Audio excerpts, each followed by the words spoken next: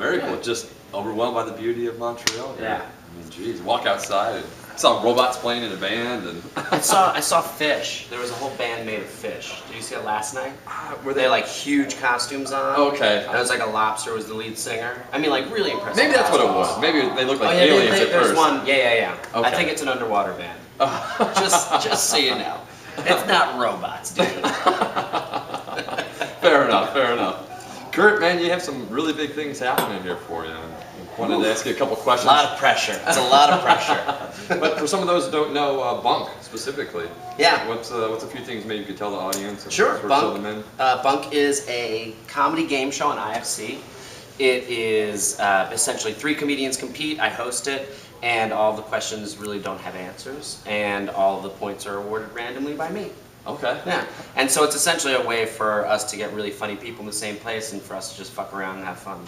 And it seems like it's a new thing on IFC there. It could be a weekly thing? Or? Yeah, it's been going on. It aired in June, and we have 10 episodes. It's been every Friday night at 10:30. Okay, yeah. Awesome. I know you're doing some things overseas too with London and getting some different channels. What, Princess? Oh yeah, we did. Penelope, Princess of Pets? Yeah, we did a pilot there a few years ago for Penelope, and then we're going back. Kristen and I, my comedy partner Kristen Shaw and I, are going back in August to do kind of a pilot presentation for the BBC. So yeah, that's a fake chat show that we're putting together. Do you see any difference from the industry over there overseas compared to the industry in the States? It's very different. And I think the comedy community is very different as well. Like especially in the UK, live performance is highly valued. It pays very well. It's reviewed articulately and well. And people come out to see it. Tim Minchin just sold out the O2 Arena.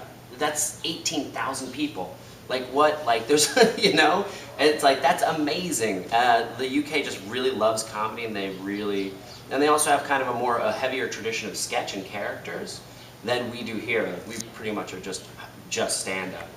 And if you don't adhere to like the very specific constraints of stand-up, it's like too weird for people. Whereas over there, it's much more open. But at the same time, you're essentially playing to an audience that's the size of the tri-state area. It's a small country.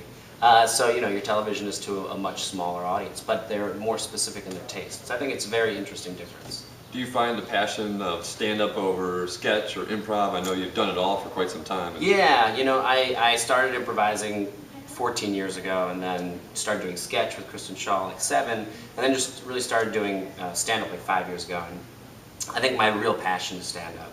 Right now, at least, I'm very excited about it, and it's been, it was the most difficult thing I've ever done in my life, and also the most rewarding. Why is it most difficult? Because I was doing improv for so long, and I was good at it. Do you know what I mean? I was like good at improv. I would go out and we'd do all these shows, but the improv world is so small and confined, that like you would feel like you're king of the world. Then you go out and be like, no one will even listen to you talk. Whereas like stand-up is just much more recognizable, and so I wanted to get into doing stand-up, and I couldn't get my improv mind to shift over into stand-up. I still feel in my brain that there's like this disconnect between the two worlds, and I do think that that's, a place that I'm trying to work towards, is getting the improv part of my mind and the stand-up part of my mind to start meshing a little bit more and opening it up a bit. But I want to be able to nail a stand-up first, and then start opening it up. Gotcha, yeah. Exactly. What any advice for those who are maybe just starting out or trying to get in the comedy world overall? It's just don't. A. B. Literally, you just have to go up as many times as you can. Move to Chicago, move to New York, move to LA, move to San Francisco, move to a city where there is a night you can do every night, and then just try and go up every night.